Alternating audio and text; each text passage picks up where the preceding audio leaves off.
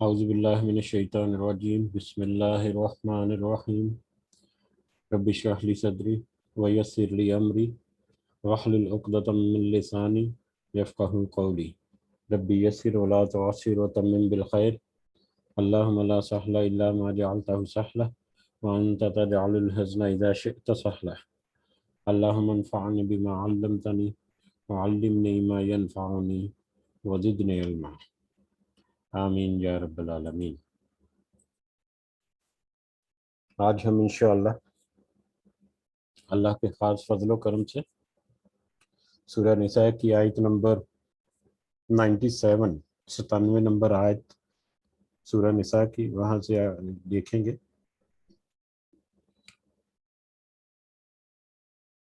اس سے پہلے جو کل تذکرہ ہو رہا تھا، جو کل ہم نے 2-3 آیات پڑھی، ان میں جو اہم بات تھی وہ یہ تھی کہ کسی کے اوپر کفر کا یا کوئی اگر تمہیں سلام کرے تو اس کے اوپر کفر کا یا اس کے اوپر کسی شرک کا کوئی الزام جو ہے وہ نہیں دھر دینا چاہیے، بلکہ ظاہری اعتبار سے جو بھی اس کا قول ہے، کلمہ حق جو کلمہ شہادت کیا کہتا ہے یا سلام وغیرہ لیتا ہے، تو اس کو مومن ہی تصور کرنا چاہیے۔ اور اس بارے میں تفصیل سے ذکر ہوا تھا کہ جنگی حالات میں کچھ واقعات ایسے ہوئے جس میں کچھ جو لوگ تھے انہوں نے کلمہ پڑھ کر یا سلام لے کر کلمہ پڑھ کر اپنے ایمان کا اظہار کیا، لیکن ان کو قتل کر دیا گیا، یہ سمجھ کر کہ یہ صرف جان بچانے کے لیے ایسا کر رہے ہیں۔ اور آج بھی ہم نے تھوڑا سا مختصر سا دیکھا تھا کہ آج کے دور میں بھی ہمیں تھوڑی سی احتیاط برتنی چاہیے، جو ہم اپنے مسلکوں میں بٹ چکے ہیں اور ایک دوسرے کو ہم کفر کے اور گستاخ صحابہ، گستاخ رسول اور پتہ نہیں کیا کیا تانے دے کر ایک دوسرے کو اسلام سے خارج کرتے پھرتے ہیں۔ تو ہمیں تھوڑی سی احتیاط برتنی چاہیے کہ اس وقت کے دور میں جب منافق جو ہیں وہ بہت کھل کر سامنے تھے، ان کے ساتھ بھی نرمی والے معاملے کیے گئے اور سوسائٹی میں یا معاشرے میں ان کو وہی مقام ملا قانون کے اعتبار سے جو مسلمانوں کا تھا۔ باقی ان کے دلوں کی جو نیتیں ہیں وہ تو اللہ تعالیٰ خوب جانتا ہے، اور ان کے مطابق تو ان کے ساتھ انصاف ہی ہوگا۔ اور پھر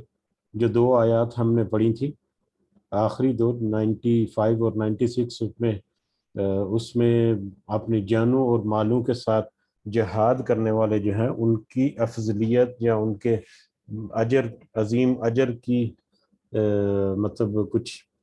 اہمیت جو ہے وہ بیان کی گئی کہ وہ لوگ جو مالوں اور اپنے جانوں اور اپنے مالوں سے جہاد کرتے ہیں، یعنی اپنا مال بھی خرچ کرتے ہیں اور اپنی جان بھی اللہ کے راہ میں قربان کرنے کے لیے پیش کرتے ہیں اور جہاد کے لیے نکلتے ہیں، تو ان کی جو قدر و منزلت ہے، ان کا جو درجات ہیں، وہ ان لوگوں سے جو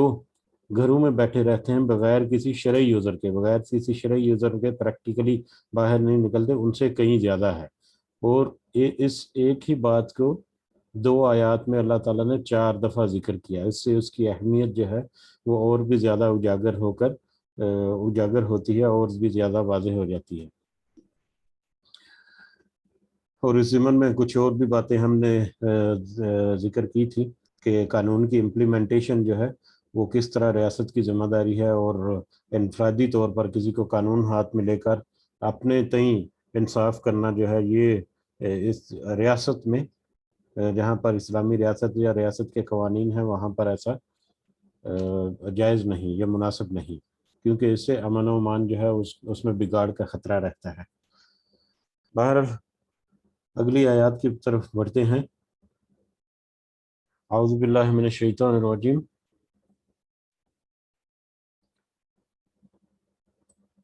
ان الذین، بے شک وہ لوگ، توفاہم، فوت کرتے ہیں ان کو یا مارتے ہیں ان کو، موت دیتے ہیں ان کو، الملائکۃ، فرشتے، بے شک وہ لوگ جن کو فرشتے موت دیتے ہیں، یا فرشتہ جو موت کا فرشتہ جو ہے جب وہ آتا ہے اور ان کی روح قبض کرتا ہے، وہ لوگ ظالمی اس حال میں کہ وہ ظلم کرنے والے ہیں، وہ لوگ اس حالت میں ہیں کہ ان کو وہ ظلم کرنے والے ہیں، یعنی اپنے نفسوں پر انہوں نے ظلم کیا، اور جب ان کی انفسہم اپنے نفسوں پر جب ان کی روح قبض کرنے کے لیے یا ان کو موت کے لیے فرشتے جب آتے ہیں یا ان کی جب موت کی جاتی ہے تو ایک مکالمہ ہوتا ہے فرشتوں کے درمیان اور ایسے لوگوں کے درمیان جس کی روح قبض کی جا رہی ہے، اور وہ جو ہے وہ ظلم کرنے والے ہیں۔ یہ جہاں پر ظلم کرنے والے جو ہے آیت کے کنٹیکس میں ہے کہ جن کو ہجرت کرنے کا حکم دیا گیا، جن کے اوپر ہجرت واجب یا فرض ہے، اس کے باوجود بغیر کسی شرعی عذر کے، بغیر کسی مطلب ٹھوس عذر کے انہوں نے ہجرت نہیں کی۔ اگر انہوں نے ایسا کیا ہے تو یقیناً انہوں نے اپنے اوپر ظلم کیا ہے۔ تو ایسے لوگوں کا مکالمہ ذکر کیا جا رہا ہے فرشتوں کے ساتھ، موت کے فرشتے جو ہیں ان کے ساتھ۔ قالو کہتے ہیں، وہ فرشتے جو ہیں وہ کہتے ہیں، فیما کیا، تم تھے، تم کس حال میں تھے، تم کس حال میں تھے، یعنی جو ظلم کرتے تھے اپنے اوپر، تم کس حال میں تھے، تم نے اپنے اوپر ظلم کیے رکھا۔ ان کی بابت وہ پوچھتے ہیں کہ تمہاری یہ حالت کس وجہ سے تھی، کس حال سے تھے، کس حال میں تھے۔ قالو تو وہ لوگ جو ہیں وہ کہتے ہیں، کنا مستضعفین فی الارض، ہم سب تو کمزور تھے، بے بس تھے، سرزمین میں، زمین میں ہم کمزور اور بے بس تھے، یعنی ہمارے پاس کوئی چارہ نہیں تھا کہ ہم ہجرت کر جاتے، ہمارے پاس کوئی چارہ نہیں تھا ہم کو ہجرت کر جاتے، ہم کمزور تھے، بے بس تھے۔ قالو تو وہ کہتے ہیں، فرشتے ان سے کہتے ہیں، الم تکن فی الارض، کیا نہیں تھی اللہ کی زمین، واسعۃ وسیع، کیا اللہ کی زمین وسیع نہیں تھی، کیا تمہیں اللہ کی زمین وسیع نظر نہیں آئی، فتہاجروا، پس تم ہجرت کر جاتے، فیہا، اس میں، کیا تمہیں اللہ کی زمین وسیع نظر نہیں آئی کہ تم اس میں ہجرت کر جاتے؟ اللہ کی زمین تو بہت وسیع ہے، اور اس میں مطلب اگر تم ہجرت کر دیتے تو کیا ہی اچھا ہوتا۔ فاولئک، تو یہی لوگ ہیں، مأواہم جہنم، ان کا ٹھکانہ ہے جہنم، جہنم ان کا ٹھکانہ ہے، وسعت مسیرہ، اور وہ بہت برا ٹھکانہ ہے، وہ جہنم ان کا ٹھکانہ ہے اور وہ بہت برا ٹھکانہ ہے۔ یہ بہت کلیئر آیت ہے، اس میں زیادہ تفصیل کی میرا خیال ضرورت بھی نہیں ہے کہ وہ لوگ جن کو حکم ہوا کہ وہ ہجرت کر جائیں لیکن شرعی عذر کے بغیر انہوں نے ہجرت نہیں کی، تو یقیناً انہوں نے اپنے اوپر ظلم کیا۔ اور ایسے لوگوں کو جب موت آتی ہے تو فرشتے ان سے پوچھتے کہ تم نے یہ تمہاری حالت کیوں ہو گئی، تو انہوں نے کہا، ذکر کیا، بہانہ بنایا کہ ہم تو بے بس تھے، مجبور تھے، کمزور تھے۔ تو فرشتوں نے کہا کہ کیا تمہیں اللہ کی زمین میں وسعت نظر نہیں آتی کہ تم اس میں ہجرت کر جاتے؟ اللہ کی زمین تو بہت وسیع ہے، تم یہاں سے اگر اس قبیلے سے یا اس زمین سے نکل کر، اس ٹکڑے سے نکل کر یا اس ملک سے نکل کر، بستی سے نکل کر کسی دوسری جگہ پہ ہجرت کر جاتے تو اس میں تو کیا ہی اچھا تھا۔ تو ایسے ہی لوگ جو ہیں جن کا وہ ٹھکانہ جہنم میں ہے، اور یہ جہنم جو ہے یہ بہت ہی برا ٹھکانہ ہے۔ اب اس میں کچھ ایکسیپشن ہے، جیسے پہلے بھی ہجرت کرنے والوں میں کچھ ایکسیپشن ملی تھی۔ پہلے کیا تھی ایکسیپشن کہ ایک تو وہ جو ایسے لوگ جو مجبور ہیں، اور دوسرے جن کے ساتھ کوئی معاہدہ ہے، کہ اس طرح کی ایک دو ایکسیپشن ملی تھی پہلے، جو کہ وہ ہجرت کرنے کے بارے میں جب قتال کا ذکر ہوا کہ ان کے ساتھ قتال کرو، لیکن کسی بستی والوں کے ساتھ اگر کوئی معاہدہ ہے تو ان کے ساتھ قتال، اس بستی میں رہنے والے کسی فرد کے ساتھ قتال نہیں کرنا، تاکہ وہ معاہدہ جو ہے اس پر عمل درآمد رہے۔ اور دوسری تھی کہ کوئی بچے بوڑھے یا جو کمزور پائیں اپنے آپ کو، جو نہ ہی تمہارے خلاف جائیں یا نہ ہی تمہارے حق میں جائیں، تو اس طرح سے تھا کہ وہ تمہارے خلاف اعلان جنگ نہیں کرتے، تمہیں نقصان نہیں پہنچا سکتے۔ تو اب ایک اور ایکسیپشن یہاں پر ہے، الا المستضعفین، مگر سب کمزور اور ناتواں، کمزور، من الرجال، مردوں میں سے، والنساء، اور عورتوں میں سے، لیکن وہ لوگ مردوں میں سے اور عورتوں میں سے، والولدان، اور بچوں میں سے، عورتوں اور مردوں میں سے کمزور لوگ۔ کیسے کمزور لوگ؟ لا یستطیعون نہیں وہ طاقت رکھتے ہی ہیلتن کسی تدبیر کی، یعنی ان کسی تدبیر کی یا کسی کوشش کی، کوئی ہیلا کرنے کی، کوئی کوشش کرنے کی وہ طاقت نہیں رکھتے۔ ایسے لوگ، یا اس کا مطلب یہ ہے کہ ایسے لوگ جن کو واقعی جکڑ دیا گیا ہو، زنجیروں میں جکڑا ہوا، ایسے بھی کچھ سے دو بھائی تھے جن کو مکہ سے ہجرت کرنے نہیں دی تھی ان کے ورثاء نے یا ان کے گھر والوں نے، تو اس قدر مجبور تھے، یا جو واقعی جن کے اوپر ایسی نظر تھی کافروں کو یا مشرکوں کی، اور ایسا انہوں نے ان کو جکڑ کر رکھا ہوا تھا کہ ان کے لیے طاقت اور ہمت ہی نہیں تھی کہ وہ ہجرت کر جاتے، ہجرت کا سفر کرتے۔ ولا یہتدون سبیلا، اور نہ وہ سب ہدایت پاتے ہیں کسی راستے کی، ان کو کوئی راستہ جو ہے اس کا بھی کوئی پتہ نہیں، وہ اکیلے اگر نکلے یا تھوڑا سا گروہ بنا کر نکلے، انہوں نے کبھی سفر نہیں کیا، یا ان کو راستے کا نہیں پتہ، یا راستے کے جو سامان ہے ان کے پاس وہ ان کے پاس نہیں ہے، تو اس طرح کے حالات جو ہیں جس میں واقعی ہی وہ مجبور ہیں، ان کی نیت ہے، ان کی کوشش ہے، لیکن ان کے اسباب کی مجبوری کی وجہ سے یا ان کے راستے کی لا علمی کی وجہ سے وہ سفر نہیں کر سکتے۔ تو ایسے جو لاچار یا کمزور ناتواں جو مرد، عورتیں اور بوڑھے بچے، مرد، عورتیں اور بچے ہیں، ان کے لیے یہ ایکسیپشن تھی، ٹھیک ہے، کہ وہ اگر ہجرت نہیں بھی کرتے کسی مجبوری کی وجہ سے تو ٹھیک ہے، لیکن اس کے علاوہ بغیر کسی شرعی عذر کے جس نے ہجرت نہیں کی تو یقیناً اس نے اپنے اوپر ظلم کیا، اور اس ظلم کرنے والے کا انجام ہم نے پچھلی آیت میں پڑھ لیا۔ فَأُولَٰئِکَ، تو وہی لوگ قریب ہے کہ اللہ ان یعفو عنہم، کہ معاف کر دے ان سے، وکان اللہ، اور اللہ تعالیٰ عفوا غفورا، بہت درگزر کرنے والا ہے اور معاف کرنے والا ہے، بخشش کرنے والا ہے۔ وہ لوگ جو ہجرت کی طاقت نہیں رکھتے یا ہجرت نہیں کر سکتے کسی شرعی عذر سے، وہ تو ظاہر ہے یقیناً ان کی نیت اگر صاف ہے اور ان کی کوشش اگر ٹھوس ہے، اس کے باوجود ان کو موقع نہیں ملا یا ہمت نہیں ملی یا وسائل نہیں ہوئے، تو یقیناً وہ اللہ تعالیٰ کی طرف رجوع بھی کرتے ہوں گے، اور یقیناً اللہ تعالیٰ ان کی کیفیت، ان کی حیثیت یا ان کی جو طاقت ہے وہ دیکھتا ہے، اور اس کے مطابق پھر اللہ تعالیٰ ان کو یقیناً معاف بھی کر دے گا، اور اللہ تعالیٰ تو درگزر کرنے والا اور معاف کرنے والا ہے۔ اب یہ والی آیت جو ہے یہ تھوڑی سی اہم آیت ہے۔ وَمَن یُہَاجِر فی سبیل اللہ، اور جو ہجرت کرے گا اللہ کی راہ میں، جو اللہ کی راہ میں ہجرت کرے گا، یجد فی الارض، وہ پائے گا زمین میں، مراغمن کثیرن وسعتن، مراغمن کثیرن، بہت سے ٹھکانے، وسع، اور کشادگی بھی، جو اللہ کے راستے میں، اللہ کے حکم کی خاطر، اس کے رسول صلی اللہ علیہ وسلم کے اطاعت کی خاطر جو نکلے گا ہجرت کرنے کے لیے، تو اللہ کی زمین کو بہت وسیع پائے گا اور بہت کشادہ پائے گا، اور اس میں بہت سارے ٹھکانے بھی اس کو مل جائیں گے، رکنے کے، ٹھہرنے کے، امن و امان جہاں پر ہوگا۔ اگر وہ کوشش کرے گا، نکلے گا بستی سے ہجرت کے لیے نکلے گا، تو تبھی وہ ایسا کچھ ممکن ہوگا اس کے لیے کہ اس کو اور زیادہ وسائل ملیں گے، اور زیادہ اپرچونٹیز اس کو ملیں گی، اور زیادہ اس کو کشادگی ملے گی۔ وَمَن یخرج، اور جو نکلے، من بیتہ، اپنے گھر سے، اور جو اپنے گھر سے نکلے، مہاجرن،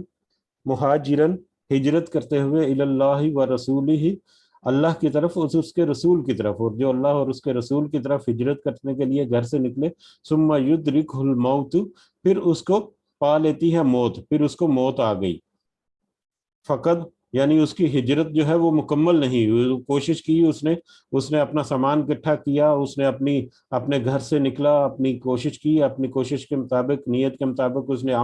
عملی جامہ پہنانے کی کوشش کی، جہاں تک میں ممکن ہوئے، گھر میں ہی سامان اکٹھا کر کے بیٹھا ہوا ہے کہ کب اس کو موقع ملے کہ وہ ہجرت کرے، یا گھر سے اس نے سامان اٹھا لیا اور باہر نکل کھڑا ہوا، لیکن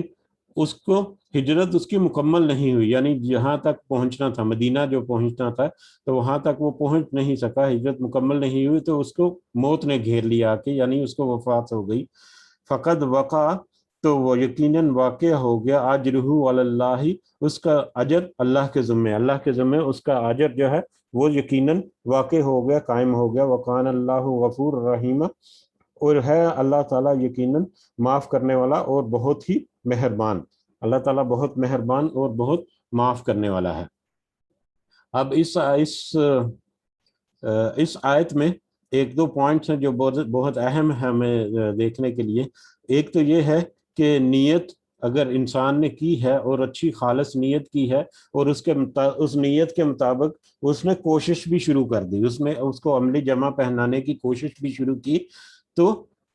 یقیناً اللہ تعالیٰ اس کو اس کا اجر جو ہے وہ دے گا، چاہے وہ اپنے مقصد میں کامیاب ہوا یا نہ ہوا۔ اس کی مثال کے طور پر 2 احادیث ہم نے پڑھی ہیں، احادیث والے چیپٹر میں، احادیث والی جو ہماری مجلس ہوتی ہے اس میں ہم نے 2 احادیث پڑھی ہیں، ان کو میں یہاں پر مختصر ذکر کرنا چاہوں گا۔ ایک تو پہلی حدیث جو سب سے زیادہ مشہور حدیثوں میں سے حدیث ہے اور جس کا تذکرہ بہت ہی عام طور پر کیا جاتا ہے، لیکن اس حدیث کا پہلا جو حصہ ہے صرف اس کا ہی تذکرہ کیا جاتا ہے، اور وہ ہے انما الاعمال بالنیات، اعمال کا دار و مدار جو ہے وہ نیتوں پر ہے۔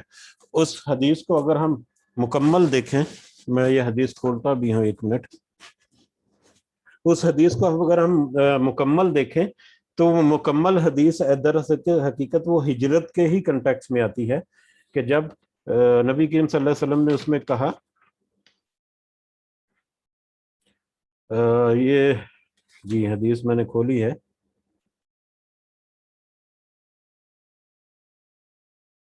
یہ صحیح بخاری کی حدیث ہے کہ نیتوں کا دار و مدار عملوں پر ہے، ہر شخص کو اس کی اچھی یا بری نیت کے مطابق اچھا یا برا بدلہ ملے گا۔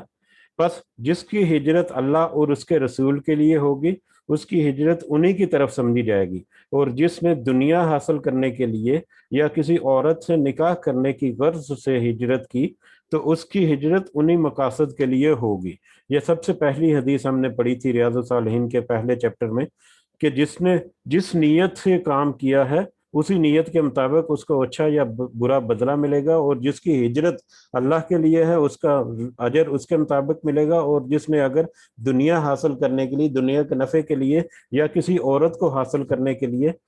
ہجرت کی تو اس کی ہجرت جو ہے وہ اسی مقصد کے لیے، یعنی اس کو اللہ کے قریب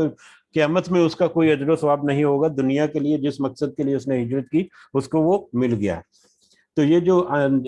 حدیث ہے انما الاعمال بالنیات، یہ جو ٹکڑا ہے حدیث کا پہلا حصہ، یہ ویسے تو یونیورسل اہمیت رکھتا ہے، ہر کام پہ یا ہر طرح کے عمل کی نیت کے لیے یہ فٹ بیٹھتا ہے، لیکن اس حدیث کا پورا کنٹیکس میں یہ ہجرت کے بارے میں یا ہجرت کے موضوع پر ہی یہ حدیث جو ہے یہ آئی ہوئی ہے بخاری میں، تو اس لیے یہ حدیث جو ہے اس سے بھی ہجرت کی امپورٹنس جو ہے نا اور بھی وضاحت ہوتی ہے۔ دوسری ایک حدیث ہم نے پڑھی تھی، ایک پرانے اسلام سے بھی پہلے دور کے ایک شخص کی جس نے 99 قتل کیے، 99 قتل کیے جس نے، اور پھر اس کو سوجا کہ وہ اللہ کی طرف رجوع کرے، توبہ کرے، اس کے دل میں آیا تو اس نے ایک عالم سے پوچھا، ایک یہودی عالم تھا، اس سے پوچھا اس نے کہ کیا میں نے 99 قتل کیے ہیں تو کیا مجھے معافی مل جائے گی، اللہ تعالیٰ مجھے معاف کر دے گا؟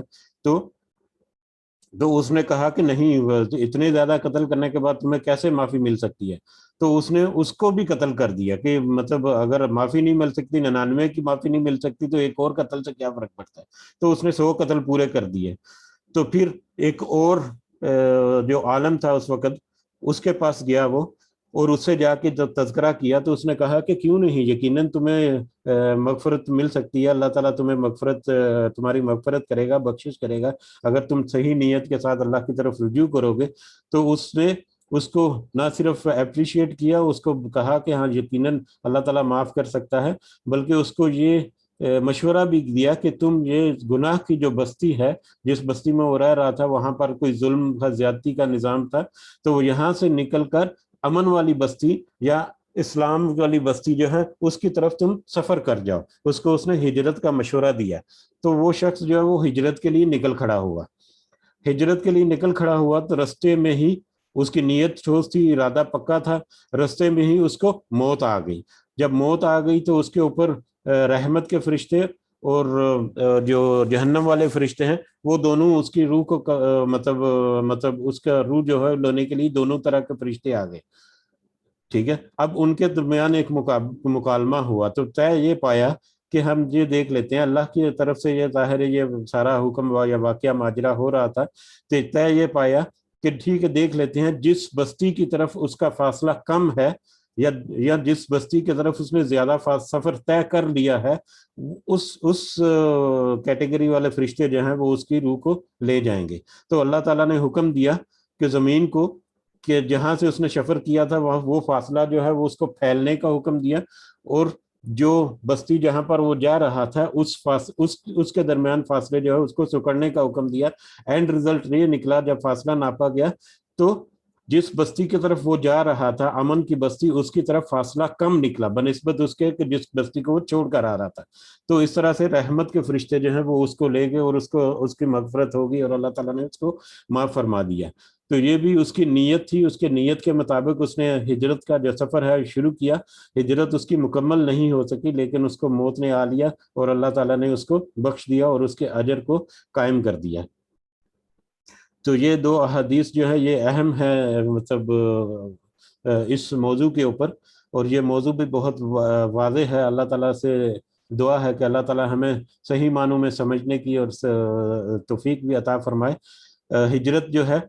ان معنوں میں ہجرت تو اب تو نہیں لیکن کچھ معاملات میں ہجرت واقعی ممکن ہو بھی سکتی ہے. ایک ہی ملک میں رہ کر بھی کسی طرح سے معاملات ہو سکتے ہیں. یہ ڈیپینڈ کرتا ہے سچویشن کہ کیا حالات و واقعات ہوتے ہیں اور اس میں کیا مسائل ہیں. ہاں باہر آگے چلتے ہیں اگلی آیت کی طرف.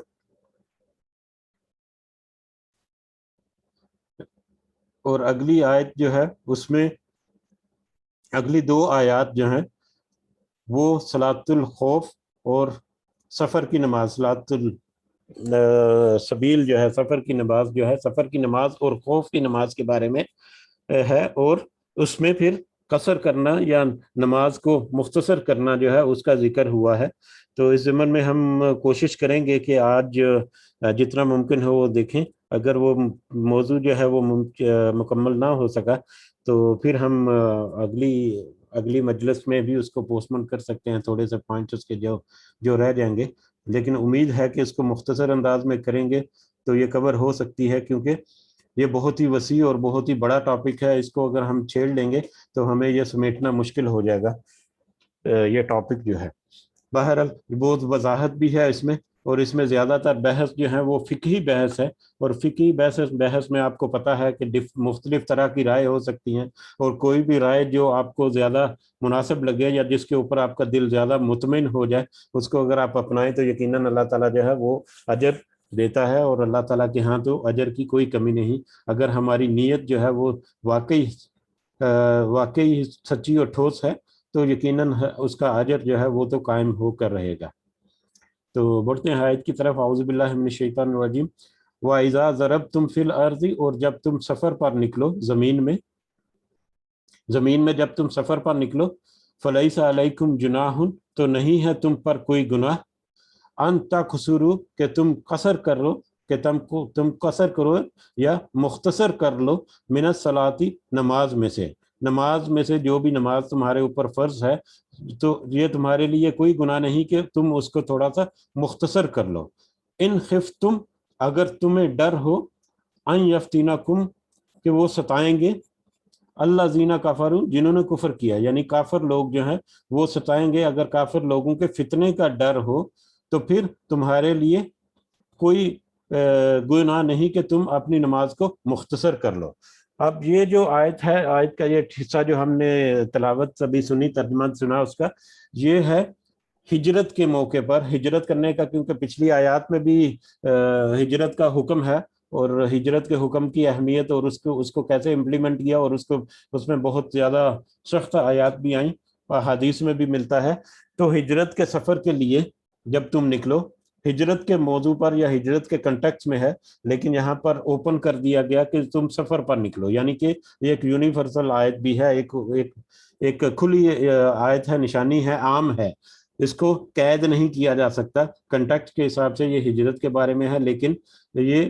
عام سفر پر بھی اس کا یہ لاگو ہو جاتی ہے۔ تو اگر تم سفر پر نکلو اور اس سفر کے درمیان تمہیں خوف ہو کہ جو دشمن ہے، یہ جو کافر ہیں یا مشرک ہیں یا جو دشمن ہے، اس سے تمہیں خطرہ ہے کہ وہ کوئی فتنہ کریں گے، وہ کوئی قتل و غارت کریں گے، کوئی فساد برپا کریں گے، کوئی حملہ کر دیں گے یا اس طرح کا کوئی معاملہ کر دیں گے جس کا تمہیں خوف ہے، تو تمہارے لیے کوئی حرج نہیں کہ تم نماز کو قصر کر لو یا نماز کو مختصر کر لو۔ اب یہاں پر بہت سارے معاملات ہیں کہ نماز کو قصر یا مختصر کرنے کا کیا مطلب ہے۔ یقیناً آپ سب لوگوں کو بہت اچھی طرح سے پتہ ہوگا، اس لیے زیادہ تفصیل میں نہیں جائیں گے ہم انشاءاللہ آج۔ لیکن اس آیت کی بابت ایک تو یہ ذکر کرتا چلوں کہ یہ قصر کرنے کے متعلقہ قرآن مجید میں صرف اور صرف یہ ایک ہی مقام ہے جہاں پر اللہ تعالیٰ نے بتایا۔ اس کے بعد بہت ساری جو باقی جو جتنی بھی تفصیل ہیں وہ ہمیں قرآن و سنت سے ملتی ہیں، حدیث سے ملتی ہیں اور سنت نبی صلی اللہ علیہ وسلم سے ملتی ہیں۔ اور جب اس کی تفسیریں میں سن رہا تھا مختلف علماء کی، تو مجھے یہ بھی پوائنٹ میرے اوپر واضح ہوا کہ بہت سارے ہمارے امت میں ایسے لوگ بھی ہیں یا ایسے گروہ یا فرقے ہیں جو حدیث کے انکار کرتے ہیں، حدیث کے منکر ہیں، ٹھیک ہے۔ وہ صرف قرآن کو اللہ کی کتاب اور یونیورسل لا کے طور پر قبول کرتے ہیں، اور جو سنت یا حدیث نبی جو ہے صلی اللہ علیہ وسلم، اس کو وہ سمجھتے ہیں کہ وہ صرف اسی دور تک کے لیے تھی، اس دور کے بعد آج کے دور کے تقاضے مختلف ہیں اور اس آج کے دور میں وہ حدیث یا سنتیں جو ہیں وہ فٹ نہیں ہوتی۔ بہرحال اللہ تعالی ہمیں محفوظ فرمائے کہ ہم اس طرح کے فتنوں میں پڑیں۔ اللہ تعالیٰ سے بہت زیادہ دعا ہے کہ اللہ تعالیٰ ہمارے دلوں میں ایمان جو ہے اس کی مضبوطی کو قائم رکھے، اور ہمارے دلوں میں کوئی ایسا وسوسہ نہ ڈالے جو ہمیں جانے یا انجانے میں کسی ایسی گستاخی کی طرف لے جائے جو آخرت میں کسی آزمائش کا باعث بنے ہمارے لیے، یا کسی گناہ کے طور پر شمار کیا جائے۔ آمین ثم آمین۔ بہرحال اس کے اوپر بھی زیادہ نہیں جائیں گے، لیکن یہ آیت جو ہے، یہ آیت دلالت کرتی ہے کہ بغیر حدیث اور سنت کے یہ قرآن کی، یعنی حدیث اور سنت جو ہے وہ یہ قرآن کی ایکسپلینیشن ہے۔ اس قرآن کی بہت ساری تفصیل جو ہے حدیث اور سنت نبی صلی اللہ علیہ وسلم سے ملتی ہے، لہٰذا اس کو الگ کر دینا کہ یہ کتاب جو ہے یہ کتاب الگ ہے اور سنت نبی یا حدیث نبی جو ہے وہ الگ ہے اور ان دونوں کا بالکل آپس میں کوئی تعلق نہیں، تو یہ انتہائی نامناسب بات ہے۔ دونوں ایک دوسرے کے ساتھ جڑی ہوئی ہیں۔ ہاں، جو قرآن میں احکامات آئے ہیں وہ اللہ کی تعالیٰ کی طرف سے ہیں، وہ ان میں کوئی کوئی تبدیلی یا کوئی دو رائے نہیں۔ اس کی ایکسٹینشن یا اس کی فردر ایکسپلینیشن یا اس میں فردر کچھ رعایات جو ہیں وہ ہمیں احادیث سے ملتی ہیں، وہ الگ سے ایک ٹاپک ہے۔ تو بہت زیادہ تذکرہ ہوا اس آیت کو لے کر اس ضمن میں کہ منکرین حدیث جو ہیں ان کے لیے یہ بڑا لمحہ فکریہ ہے کہ وہ غور کریں، دوبارہ رجوع کریں، اپنا جو انہوں نے اوپینین قائم کیا ہوا ہے اس کے اوپر دوبارہ غور و فکر کریں تاکہ وہ اصلاح کر سکیں اپنی۔ بہرحال اب قصر کیا ہوتی ہے؟ قصر جو ہے یہ اس آیت کی روح سے، اس لیے میں نے ذکر کیا کہ اس پرٹیکولر آیت کی روح سے تو قصر اس کے لیے ہے، اس کے لیے کوئی گناہ نہیں جو نمبر ایک تو سفر پر نکلا ہو، اور دوسری اس کی کنڈیشن یہ ہو کہ اس کو یہ خطرہ ہے یا اس کو یہ خوف ہے کہ دشمن اس کے اوپر حملہ کر دے گا، دشمن کے حملے کا خوف ہے، تو اس صورت میں اس کے لیے مطلب کوئی حرج نہیں یا کوئی گناہ نہیں کہ وہ قصر کر لے۔ لیکن نبی کریم صلی اللہ علیہ وسلم کی احادیث جو ملتی ہیں اس میں ہمیں قصر کرنے کی ترویج دی گئی ہے، یا اس کو اپریشیٹ کیا گیا ہے یا اس کو پریفر کیا گیا ہے۔ نبی کریم صلی اللہ علیہ وسلم کے حضرت عمر سے کسی نے پوچھا رضی اللہ تعالیٰ عنہ کہ اب تو امن کا زمانہ ہے، اب تو کوئی خوف نہیں ہے، اب تو مطلب ہمارا نظام جو ہے قائم ہے، اسلامی ریاست ہے، یا جو بھی امن کے دن ہے، تو اس آیت کی روح سے تو اب قصر جو ہے، قصر کی نماز یا مختصر نماز جو ہے وہ نہیں پڑھ سکتے ہیں۔ تو حضرت عمر رضی اللہ تعالیٰ عنہ نے کہا کہ یہی سوال میں نے نبی کریم صلی اللہ علیہ وسلم سے بھی کیا تھا، اور انہوں نے کہا، نبی کریم صلی اللہ علیہ وسلم نے کہا کہ یہ اللہ کی طرف سے تمہارے لیے ہدیہ ہے یا صدقہ ہے، یا اللہ کی طرف سے تمہارے لیے یہ گفٹ ہے، تو تم اس گفٹ کو یا اس ہدیے کو اللہ کی طرف سے قبول کرو۔ یعنی نبی کریم صلی اللہ علیہ وسلم نے بہت واضح الفاظ میں کہا کہ اللہ تعالیٰ نے یہ تحفتاً انسان کے لیے مسلمانوں کے لیے یہ تحفہ دیا ہے کہ تم اگر سفر میں ہو کسی سفر میں ہو تو تم نماز کو مختصر کر لیا کرو. لہٰذا اس بات میں کوئی مطلب صداقت نہیں یا اس کے اوپر کوئی زیادہ مطلب الجھنے کی ضرورت نہیں کہ آج کل سفر جو ہے وہ بہت آسان ہو چکے اور مطلب اس میں کوئی تھکاوٹ نہیں ہوتی یا اس طرح کے معاملات. نبی کریم صلی اللہ علیہ وسلم کی طرف سے اپریشیٹڈ ہے اور بہت ساری احادیث میں ہمیں ملتا ہے کہ وہ نبی کریم صلی اللہ علیہ وسلم ہمیشہ سفر میں قصر ہی نماز پڑھتے ہیں کہ نماز جو ہے وہ قصر کرتے تھے. ٹھیک ہے. اور اس بارے میں بہت ساری روایات ہیں جن کو سب کو یہاں پر ذکر کرنا ممکن نہیں. تو مختصر یہ ہے کہ سفر میں اس آیت کی روح سے جو دو کنڈیشن ہے کہ سفر میں ہو اور تمہارے اوپر خوف ہو دشمن کا, اور احادیث کی روح میں کسی بھی طرح کا سفر جو ہو اس میں تم نماز کو قصر کر لیا کرو. اب نماز کا قصر جو ہے وہ کیا ہے؟ قصر کا مطلب ہے مختصر کرنا, اور مختصر کرنا جو ہے وہ جن فرض رکعات جو 4 فرض رکعات ہیں ان کو 2 رکعات تک مختصر کیا گیا. یعنی ظہر عصر اور عشاء کی نماز جو ہے وہ 4 فرض کی بجائے 2 فرض پڑھ لینا جو ہے یہ قصر ہے. اس کے علاوہ فجر کی آلریڈی 2 رکعتیں ہیں اور مغرب کی 3 رکعتیں ہیں, وہ 3 ہی رہیں گی. تو یہ قصر نماز جو ہے جو 3 نمازوں میں 4 فرائض ہیں 4 فرض ہیں ان 4 کو 2 فرضوں میں کنورٹ کر لینا, یہ 2 رکعت ادا کرنا ہے, یہ قصر ہے.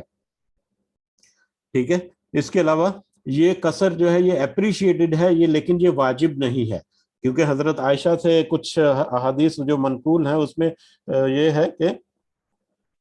کہ حضرت عائشہ جو ہے وہ سفر میں پوری نماز ہی پڑھ لیتی تھی, اور جبکہ نبی کریم صلی اللہ علیہ وسلم جو ہے وہ سفر میں انہوں نے روزہ بھی نہیں رکھا اور نماز بھی قصر کی. لیکن حضرت عائشہ رضی اللہ تعالیٰ عنہا جو ہے وہ ان کے ساتھ سفر میں موجود تھی, انہوں نے روزہ بھی رکھا, فرض روزہ بھی رکھا اور نماز کو پورا بھی پڑھا. تو انہوں نے نبی کریم صلی اللہ علیہ وسلم کے ساتھ جب یہ ذکر کیا تو انہوں نے کہا, نبی کریم صلی اللہ علیہ وسلم نے کہا کہ تم نے اچھا کیا, لیکن میرے اوپر بھی کوئی ایسا مطلب معاملہ نہیں کہ کوئی ایسی پوچھ گچھ نہیں کہ اللہ تعالیٰ کی طرف سے رعایت ہے. لیکن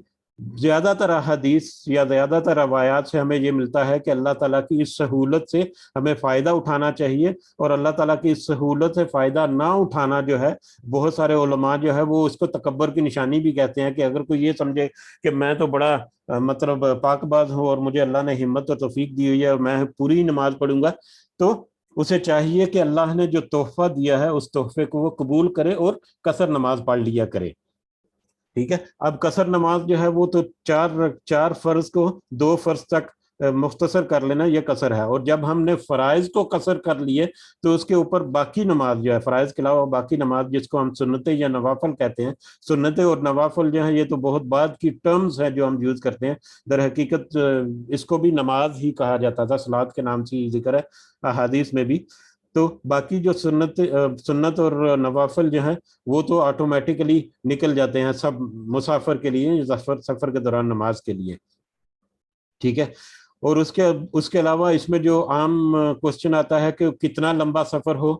تو پھر یہ قصر کی نماز پڑھنی چاہیے, تو اس میں بھی یہ بھی ایک فقہی مسئلہ ہے اور بہت زیادہ اس میں بھی رائے پائی جاتی ہیں, لیکن جو راجح قول یا زیادہ جو مضبوط رائے ہیں وہ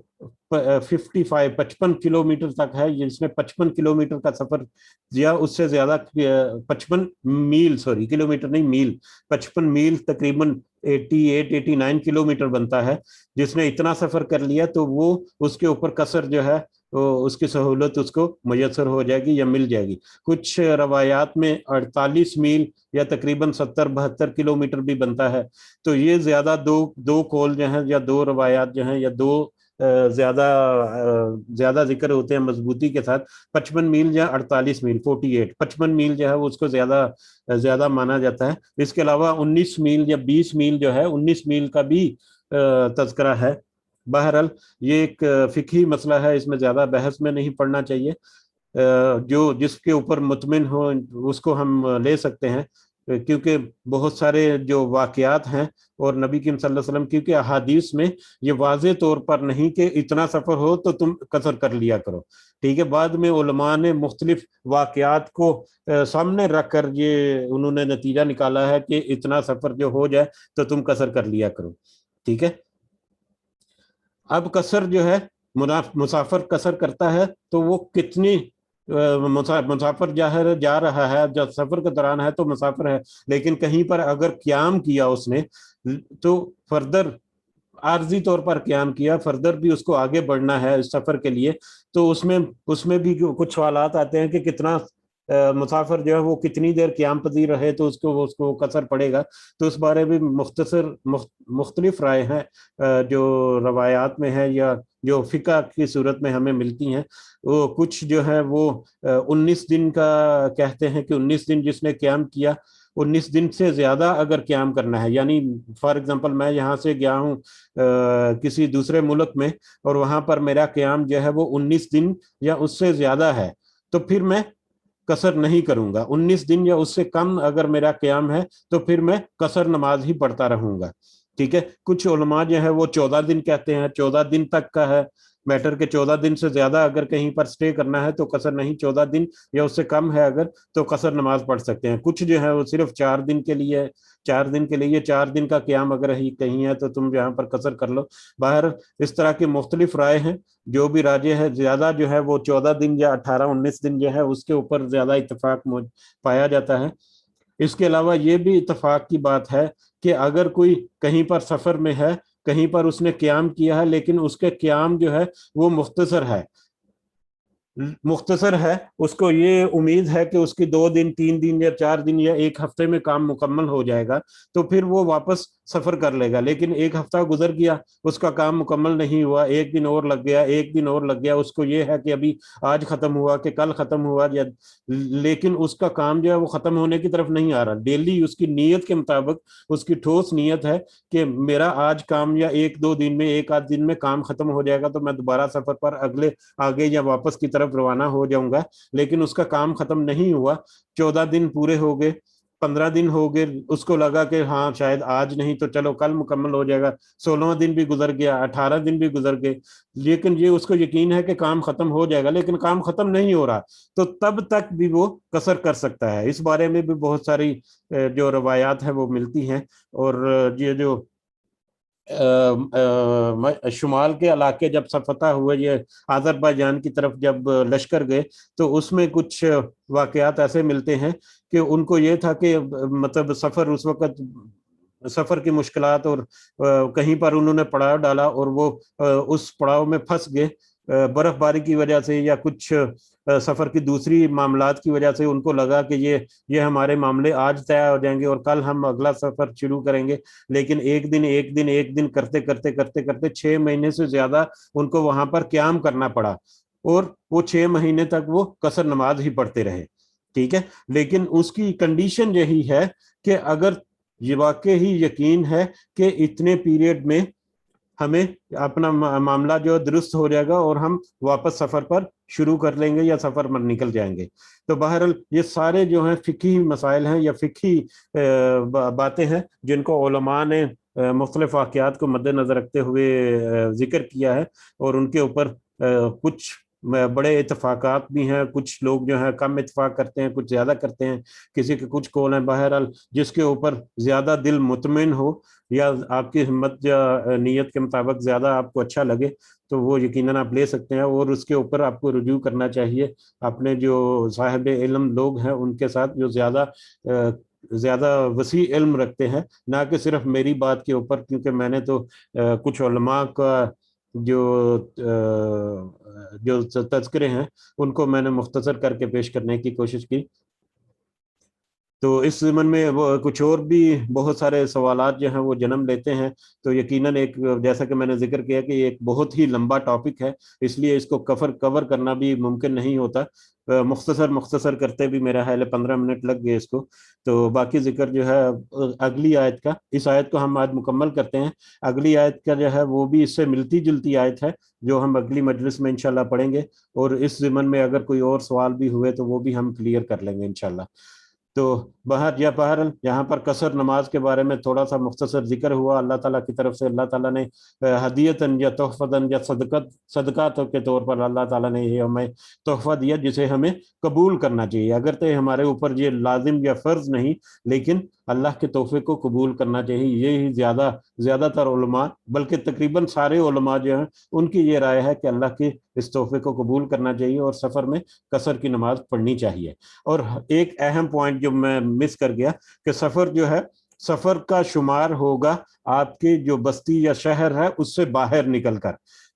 بستی کے اندر یا بڑے شہروں کے اندر رہ کر اگر آپ کو مطلب 40-45 کلو میل یا 55 میل اگر آپ سفر کرتے ہیں لیکن آپ شہر کی باؤنڈری کے اندر ہی ہیں، تو پھر آپ کے اوپر سفر کی کنڈیشن جو ہے وہ نہیں آئے گی. پھر آپ قصر نہیں کریں گے. اگر آپ شہر کی حدود کے اندر ہی، جیسے کراچی اگر دیکھ لیں یا بامبے دیکھ لیں انڈیا کا، تو یہ تو بہت بڑے اتنے وسیع ہیں، پتہ نہیں کتنے 100 کلومیٹر کے اوپر تو یہ سالی ایک شہر ہی پھیلا ہوا ہے. تو اگر آپ کہیں کہ ایک شہر میں ہی 100 کلومیٹر سفر ہو گیا، لیکن وہ سفر شمار نہیں ہوگا، وہ آپ کی شہر کی حدود کے اندر ہی ہے. تو یہ سفر شمار ہوگا آپ کی شہر کی حد سے باہر نکل کر، جہاں پر پھر سفری سہولیات اور دوسرے معاملات جو ہیں وہ تھوڑے سے مشکل ہو جاتے ہیں، جہاں پر واقعی مسافر جو ہے سفر کی کنڈیشن شروع ہو جاتی ہے. اس کے علاوہ کچھ علماء کا یہ بھی خیال ہے کہ کیونکہ ذکر ہوا کہ مختلف رائے ہیں، 55 میل یا 48 میل یا 19-20 میل، تو کچھ علماء کا یہ بھی رائے ہے کہ جب آپ سفر پر نکلو، کیونکہ کوئی ٹائم پیریڈ یا کوئی فاصلہ نہیں دیا گیا واضح طور پر احادیث میں یا سنت نبی سے اشارہ نہیں ملتا بہت واضح طور پر، تو وہ کہتے ہیں کہ جب سفر پر نکلو، شہر سے باہر نکلو اور آپ کے اوپر یہ کنڈیشن طاری ہو کے جائے، جیسے مسافر جیسے تھکاوٹ طاری ہو گئی اور آپ کے لیے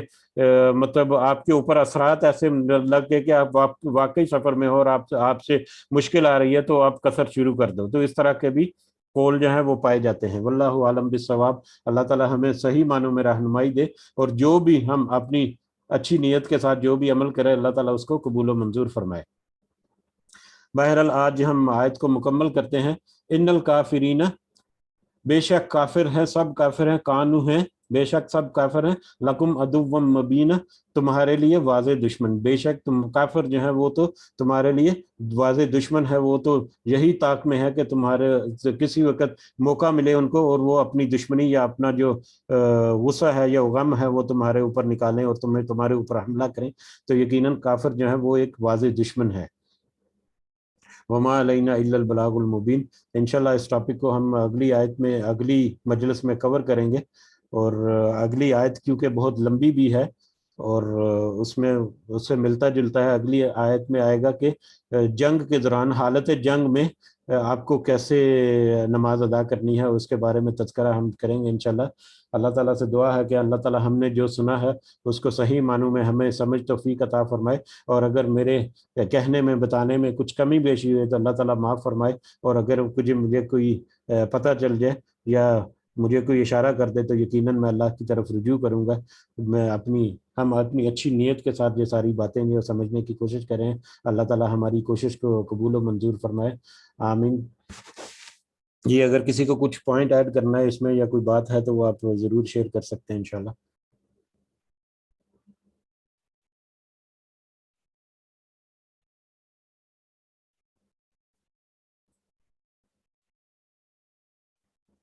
جی ٹھیک ہے، میرا خیال ہے وقت کافی ہو چکا ہے، آج کلاس کے اوور ہو گیا، تو انشاءاللہ اگلی مجلس میں، آج شاید بدھ ہے، ہاں کل جمعرات ہے، کل تو حدیث کی لیکچر ہوگی انشاءاللہ. دعاؤں میں یاد رکھیں. اللہ تعالیٰ ہم سب کے لیے رحمت اور آسانی والے معاملات فرمائے، خاص کر آج کے دور میں، آج کل جو وبا کا معاملہ ہے، اللہ تعالیٰ اس میں ہمارے لیے آسانیاں پیدا فرمائے، اور اللہ سب کو صحت اور تندرستی اللہ تعالیٰ عطا فرمائے. جو اس کرونا کے چکر میں یا اس کرونا کی وجہ سے جو اس دنیا سے چلے گئے، اللہ تعالیٰ ان کی بخشش اور مغفرت فرمائے. اور جو اس وقت بیمار ہیں، جو کسی بھی کنڈیشن میں ہے، اللہ تعالیٰ انہیں صحت اور تندرستی عطا فرمائے، اور جو صحت مند ہیں اللہ تعالیٰ انہیں اور بھی زیادہ صحت عطا فرمائے. بلکہ یہاں پر میں ذکر کرنا نہیں بھول رہا کہ کل میں نے اپنے کزن کے ایک بیٹے کی حالت دیکھی، جس کی حالت مجھے بہت پہلے سے پتہ تھی، لیکن اس کی حالت کا اندازہ مجھے اس کی فوٹوز دیکھ کر ہوا. میرے کچھ دوست جو اس مجلس میں موجود ہیں ان کے ساتھ میں نے شیئر بھی کیا تھا کہ اس کے جسم کے اوپر چھالے اور پھوڑے بنتے ہیں، اور وہ پھوڑے جب پھٹتے ہیں تو اس کا زخم بنتے ہیں، اور جلد جو ہے وہ بڑی اور پورے جسم کے، اور تقریباً وہ 9-10 سال کا بچہ ہے، اور تقریباً شروع سے ہی 10 سال سے ہی اس کے اوپر یہ کنڈیشن ہے، اور اس کی فوٹوز کل میں نے دیکھی ہیں، اور مجھے اتنا میں نے اللہ کا شکر ادا کیا ہے، اور اتنا مجھے لگا ہے کہ ہم لوگ تو شکر ادا ہی نہیں کرتے، ہمارے اوپر تو اللہ تعالیٰ نے اس طرح سے آزمائشیں ہی نہیں ڈالی جس طرح سے اللہ تعالیٰ نے کچھ لوگوں کے اوپر ہماری بستی میں یا ہمارے آگے پیچھے لوگوں میں کچھ لوگوں میں اللہ تعالیٰ نے ایسی آزمائشیں ڈالی ہوئی ہیں۔ تو اللہ تعالیٰ سے دعا ہے، خاص کر میں دعا کر رہا ہوں اس مجلس میں کہ اللہ تعالیٰ اس بچے کو صحت اور تندرستی عطا فرمائے، اور اللہ تعالیٰ ہمیں بھی مطلب شکر کرنے کی توفیق عطا فرمائے اللہ تعالیٰ۔ وما علینا الا البلاغ المبین، ربنا تقبل منا انک انت السمیع العلیم وتب علینا انک انت التواب الرحیم، سبحان ربک رب العزۃ عما یصفون وسلام علی المرسلین والحمد للہ رب العالمین، سبحانک اللہم وبحمدک اشہد ان لا الہ الا انت استغفرک واتوب الیک، جزاکم اللہ خیرا، السلام علیکم ورحمۃ اللہ وبرکاتہ۔